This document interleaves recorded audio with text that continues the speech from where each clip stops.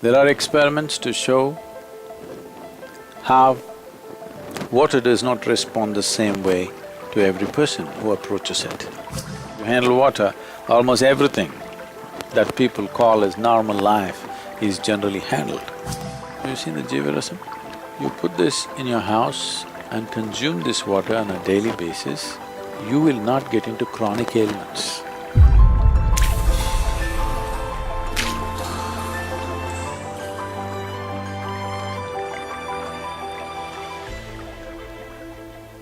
Water, jala or neer, rachamanyam, as it's known in Sanskrit language. In many ways, water is fundamental or among the most important ingredient of physical aspect of the life-making process. Today, a lot is being said in scientific terms about how water is fundamentally life-making, not just as an ingredient, not just as one more ingredient, but as an active participant in the making of life. This is something always many cultures in the world have been aware of, but we have an issue that unless it comes from a laboratory,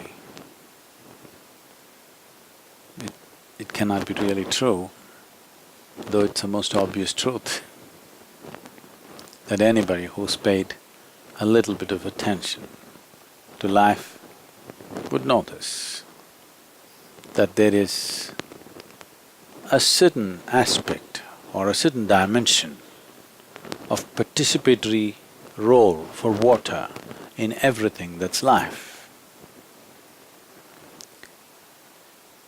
In the last decade or a little more than that,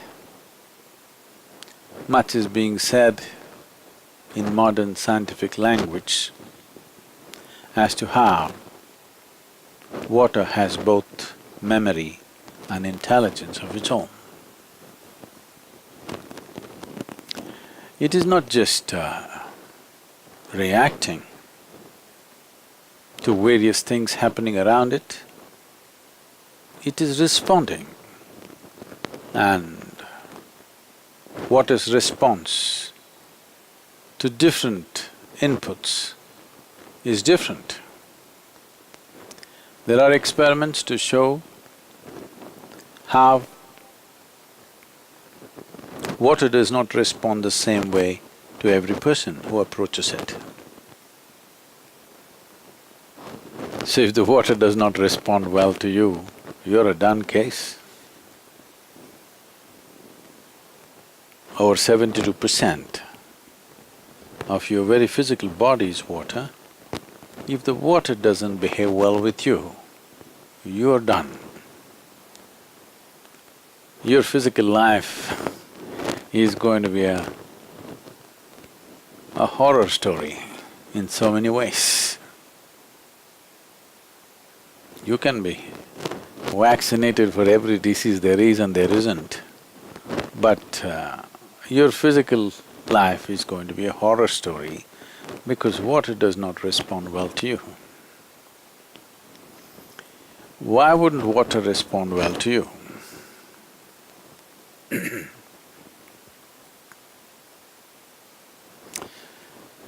To put it in a very simplistic way,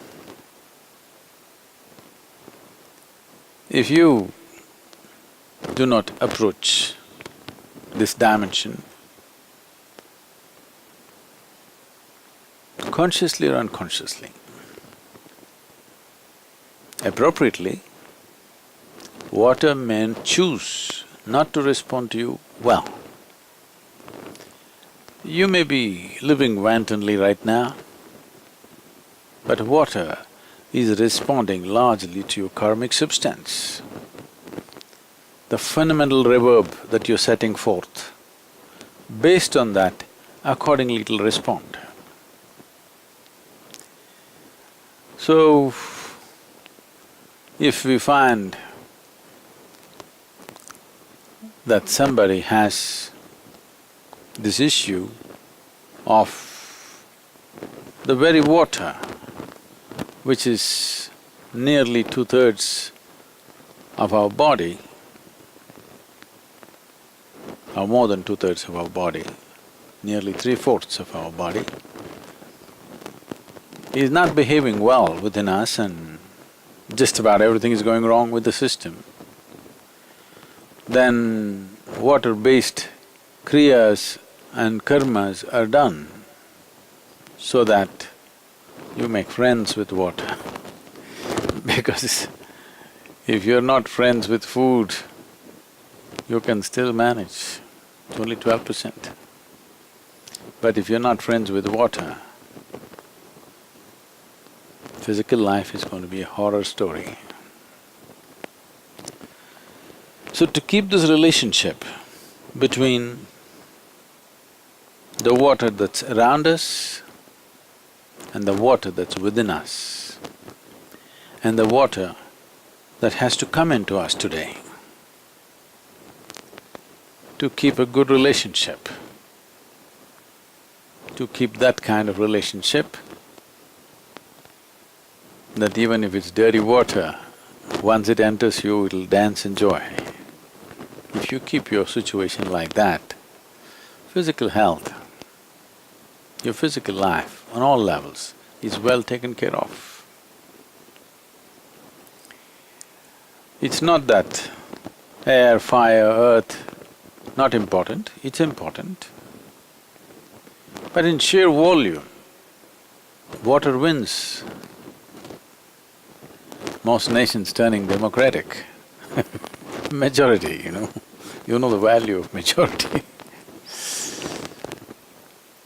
And among the ingredients, leaving the akash, which is of a completely different nature, among the four, water has a more active role, more participatory role compared to the other elements.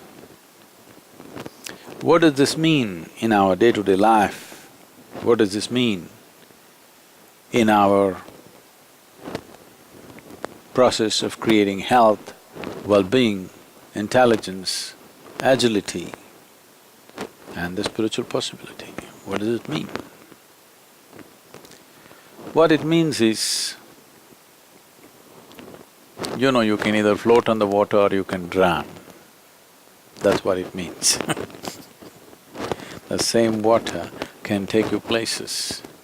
The same water can drown you. So,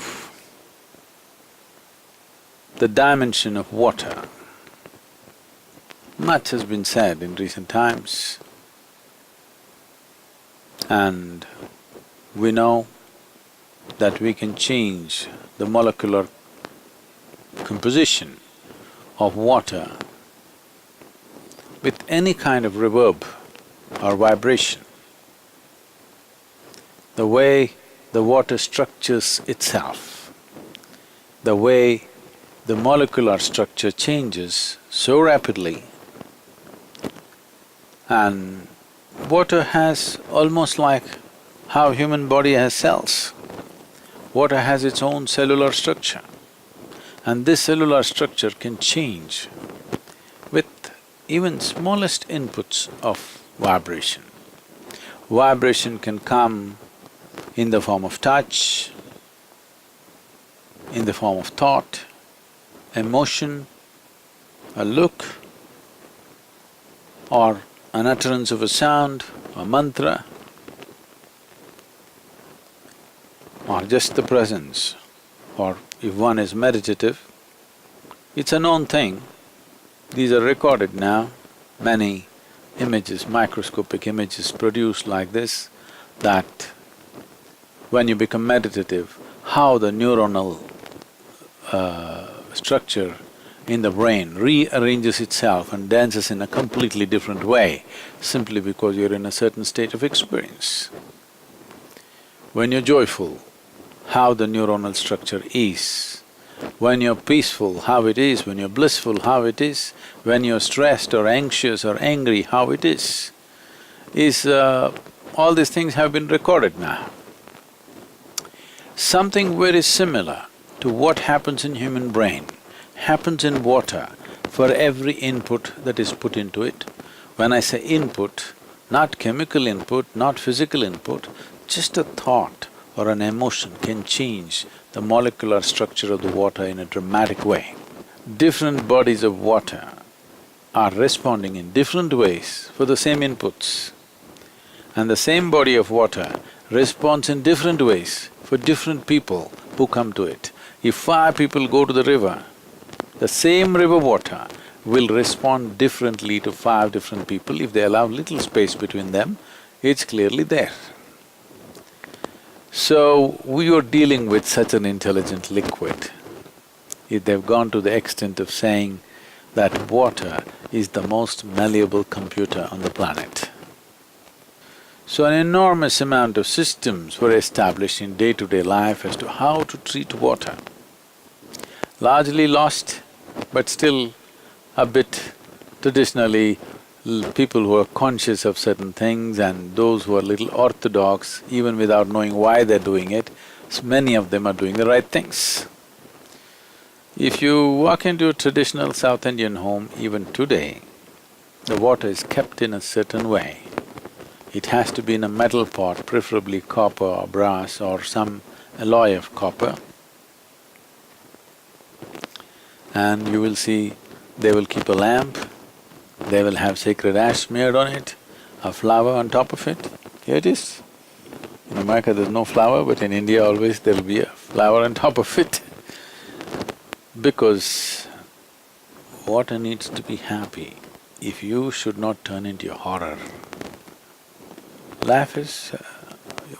I don't know, sometimes you might have been, many of you, but I think once a month everybody should make a visit to one of the major hospitals around you. Not just to catch an infection, just to see how much of a horror life can become, you know. Life can become real horror if certain things don't function properly within this. And taking care of water is an important aspect of that. So, every day how you drink the water means, they'll take even today in our house they do it, and many homes they still do it. Of course, many people have shifted to plastic bottles and plastic purifier machines. Otherwise, in the night, with a little tamarind and turmeric, the vessel is washed, not with soap. And then water is filled up and they put a flower on it, they light a lamp in the night and go to bed. And next day morning they will drink from that. This water is going to behave wonderfully within you. Above all, water is looking at your attitude towards it, being a huge presence on the planet. Over 70% of the planet itself is water. Our idea of life springs from water. If we are looking for life in any planet, we are only first looking for water because the basic elements which make life, I'm not talking about the 5 elements, the basic element from the chart, you know, what do you call this? From the periodic chart if you take, it's only a matter of 6 to 8 elements which are playing a major role in the life-making process. Carbon is a major thing. Of course, we think carbon is poison now, but we're all carbon, okay? Everything that's life is largely carbon. Carbon, hydrogen, phosphorus and oxygen, what's the other ones? Nitrogen a little bit. No, not really oxygen. Just these things and maybe one or two more. These are the things which in play with water generate life.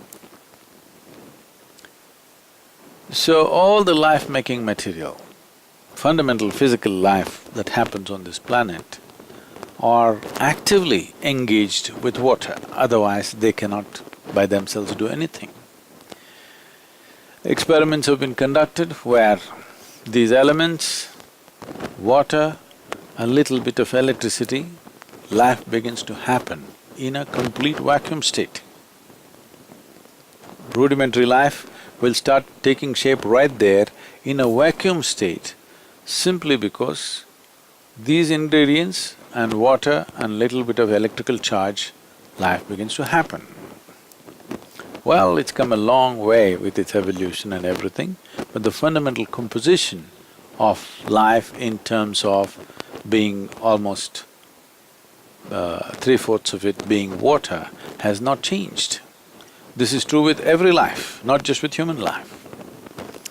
So the phenomena of water on the planet is indescribably big and complex.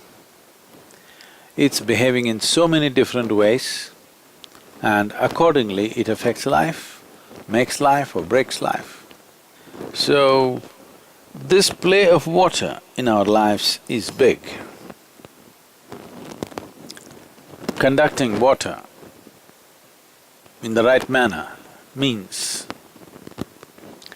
largely you handle your physical life well, largely. The rest of it, very simple, if water is good, earth will be good. Taking charge of air is very simple. So if you just learn a few things, you can take charge of the air as to how it should behave. Mastering fire is a different nature, but it's 4%. With 96% you can manage life. Because you're not… most people are not aspiring to take their life, to tweak it to the highest pitch. They're okay if they don't get into trouble. For that, you don't need 96%. You can easily manage with 60%. You can do pretty good. You can be successful, you can earn a living, you can produce 2 children and send them to the university. All this you can do with 50–60%. The problem only arises when you want to be like a racing machine. You want to be on the edge between physical and non-physical, then you need to gather all your 100%. Otherwise, it doesn't really matter. So I'm saying if you handle water, almost everything that people call as normal life is generally handled. The agility of the body, the agility of your intelligence largely depends on water. As you know, water is the only substance found on this planet which is found in all the 3 states naturally. Solid, liquid and gaseous or vaporous state. But a certain arrangement of its molecules, which is these days being referred as structured water, is almost being recognized as the 4th state of water because the cellular structure or the molecular structure within the water are arranged in a crystalline form. Because of this, a structured water is being referred to today as the 4th state of water. There are various ways to do this. One aspect of it is implosion. I don't know if you've ever done this, but you could do this. Our waterfall is not high enough, it doesn't have the volume. I'm sure if you try the Niagara, it will be so, but don't try it there. Some other waterfall which is at least a minimum 20–25 feet and there's substantial volume falling. You go feel the water up there before it falls, how it feels, drink it, feel it. Then come down immediately after the waterfall, just take the water and feel it. You will see the water is silky, it's almost like, it's like silk threads, you feel like that. If you pull it out, it's almost coming like that in your experience. Not that water has become thread, but it feels like that. Because of the sheer force, a certain natural amount of implosion is happening. Because of this, the molecular structure is rearranging itself in such a way that it becomes far more conducive for life.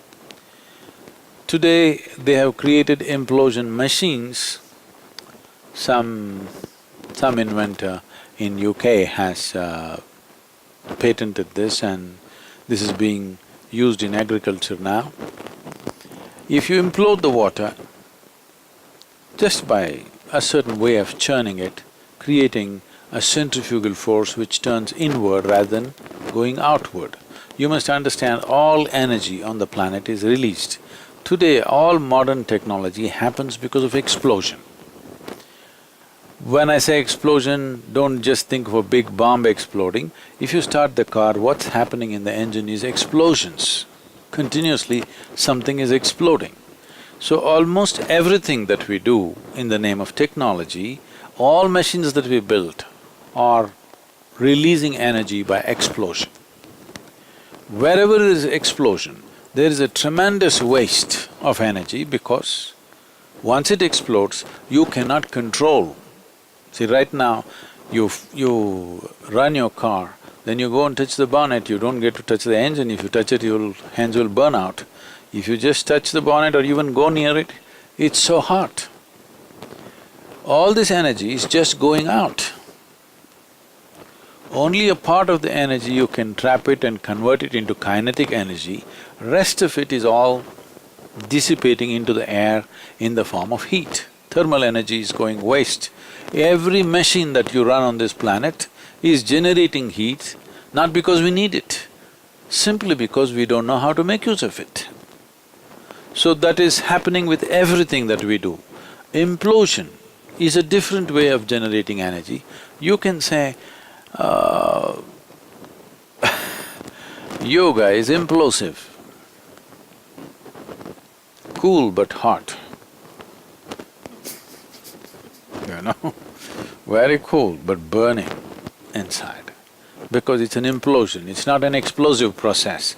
Because it's an implosion, enlightenment is an implosive process.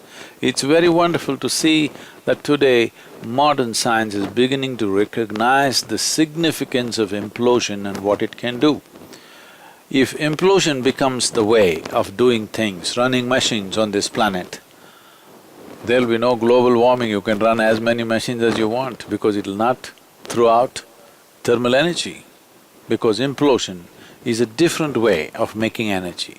So imploding machines, generating this imploded water, they're saying you can grow the same crops with 10% of the water that you're using right now. But now, you're pumping water through your pipelines from your local waterworks or whatever you call it. They say, if the water is going through, let's say 50 bends, pumped forcefully, and then it drops out of your tap, you take it in your glass. In terms of molecular structure arrangement, 60% of it has turned into poisonous water. But if you hold it in this glass for the next 20 minutes, it will undo itself. If you're drinking, I see in America, people are drinking from a spout like this, straight into their mouth. Many times when I'm thirsty, when I'm outside, people say, Sadhguru, there's a spout here. I said, I'll never ever drink from a spout. It's too… it just lacks dignity. I know a lot of people are not going to like this, but please drink in some other way. This is not the way to drink water.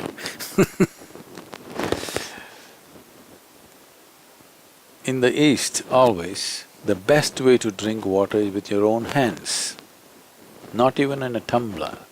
You must drink with your own hands. If that's not possible, if somebody gives water to you in a metal tumbler, you always hold it with both your hands and drink like this. Have you seen this? When you come to India, you must have seen, the village people still do it like that. Of course, city people are They're they're all wearing I love New York t-shirts, so they're different people. But you will see, if you go into the villages, even today, if you give water, they will always drink like this. Even if you give it in a tumbler, they'll hold the tumbler like this and drink like this, not like this. Because it's important that first, before you drink water, you have to touch it. Allow that much time and then drink it, then it behaves differently. And this may sound like what to say, some mumbo-jumbo story. Well, some people come to senses only after suffering comes. Why some? Most people. This happened once in a South Indian jungle.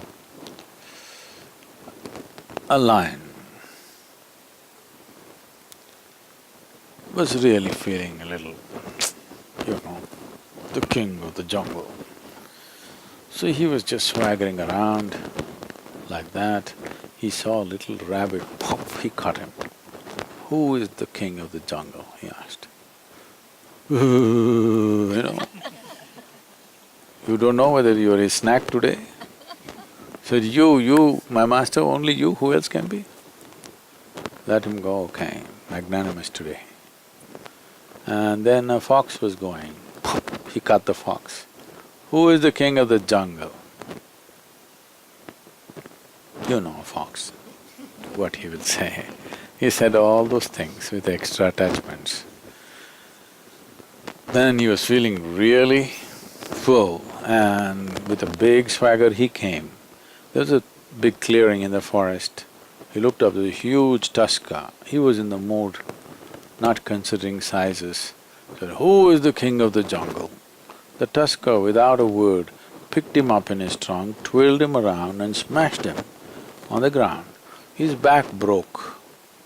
Then he said, "You could have just told me." The tusker said, "Well, I had to make my point." Life is just like this. After things go bad, "Well, you could have told me, I would have loved water. Somebody should have told me." No, see, life has to make a point, otherwise not everybody gets it. So, in terms of one's spiritual growth, also water is very important. With what kind of memory, with what kind of attitude are we taking the water? I'm talking about the memory and attitude of the water. To create that, you have a responsibility, how to create that. In India, there's a word called teert. Teert. You heard Tirtha Kund? Teert means water with a specific type of memory, with a specific capability to act. So a teert from a certain kind of temple supposed to do this to you. Teert from another kind of temple will do something else to you because the water flows over that and it has the memory of the divine.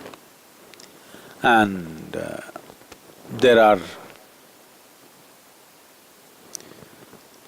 deities in India which are made of 9 types of deadly poisons, a combination of 9 types of deadly poisons. This is called as Navapashana. It's an Indian alchemy where 9 poisons, which each one of them would kill you for a minute dose, but now 9 have combined together and they've made a deity out of it. Every day somebody pours water over that, and that water that comes out, people drink this with traces of those 9 deadly poisons. Because over a period of time the deity wears out and they'll have to prepare a new one. The controversy is going on now because one very famous temple, the deity is all worn out. They should make a new one, but now the new laws, the government's laws does not allow making of a new deity. But this deity is melting away, people have drunk it up. It was made for that purpose. Periodically you must replace it as people drink it up. People should drink up the god. No? Because what is the idea and what is the point? Now I'm getting into trouble. We want to drink the gods, we want to eat them up so that they become part of every cell of our body and happen in a certain way. So tirth and prasad, very important. It's not because you've not eaten at home, you go to temple for that one drop of water or for that one little something that they give you. It's not because you have no food at home or water at home, because you want to take in water which has a certain type of memory, the memory of the divine, so that it functions within you in a certain way. So this science has been elaborated in many, many ways, in many absolutely incredible forms. And some of them are truly miraculous and fantastic, some of them are absolutely filthy over a period of time. All these things have happened. But what we are looking at now is water as an element. What can we do with it on a daily basis? See, water is used for everything. If you want to consecrate something, water is an important part of it. In most ancient cultures, whether it is Mesopotamian culture, Egyptian culture, the Jewish culture, India of course, probably only in India it still lives to a reasonable level. In all the other places it's been wiped out because of whatever influences that have happened in the last few hundred years.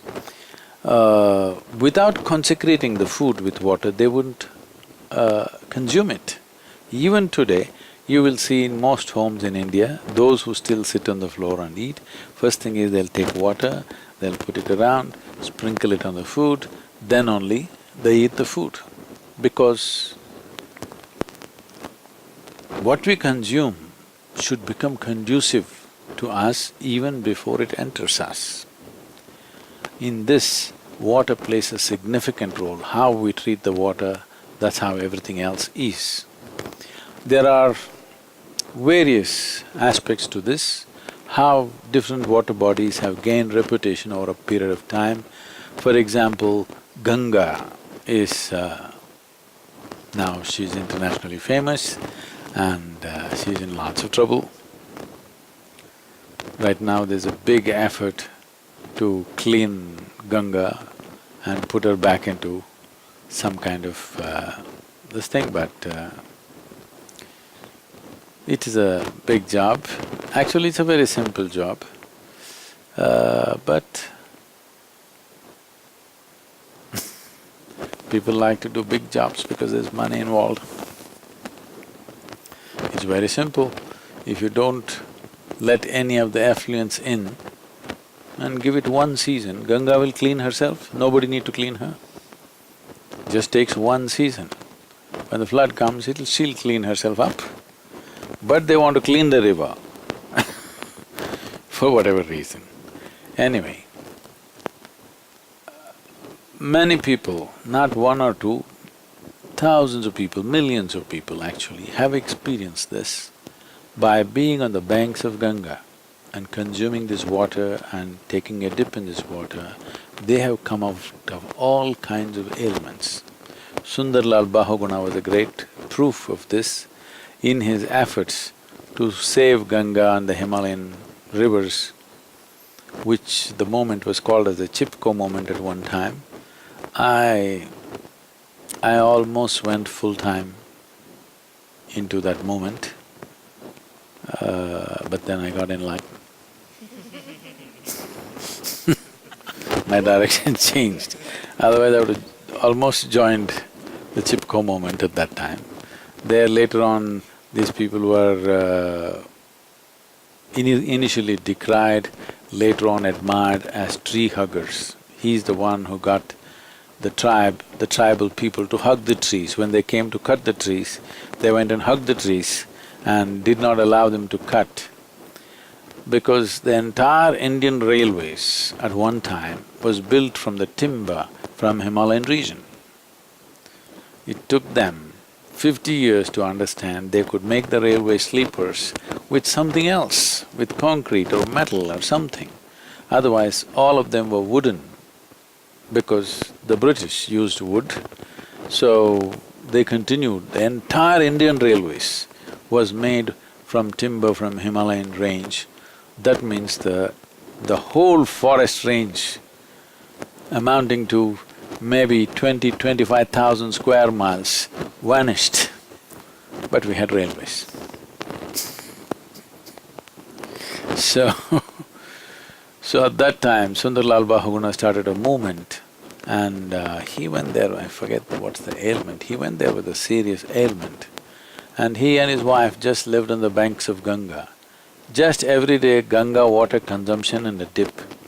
He just completely came out of that ailment. In my own experience, for 27 years, without a break, every year I went to Himalayas for trekking.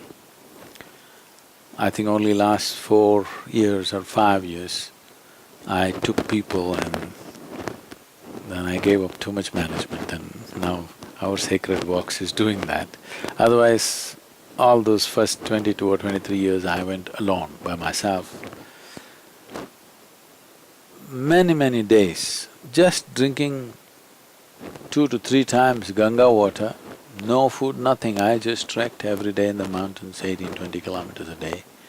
No food, I was just fine, fully charged up, just drinking this water. Distinctly different, especially beyond Gangotri. If you go and drink the Bhagirathi water, you see it just fires you up. Just 2 handfuls of water, you're done for the day. You're fully on. It just charges you up in such a big way. And even today, this is the only segment of the river which is not going through a turbine. Right now, the Ganga water that comes downstream into the plains has already gone through 3 or 4 turbines, they're generating electricity from this. They could have spared this one river because in many ways it is the very consciousness of India it is symbolically consciousness of India, and above all, the river had very special qualities. This is something that rudimentary idea is H2O is H2O. Wherever you take it, it's same H2O. You're only looking at the physical, chemical properties. There are other dimensions to life. Now science is trying to touch other aspects. After having, leveled out everything, now you're trying to build a mountain from the level land. It's a tough job. And your mountains may collapse very easily because they're built by you. A mountain that's standing for 1,000,000 years has gone through everything that it can go through, and it's standing because everything that can fall off has fallen off largely. So nature has its own way of doing things. These water bodies, I've experienced some water bodies as truly powerful process. It's from my experience of certain natural water bodies which were like, one, you just get into this water, you're like sparkling.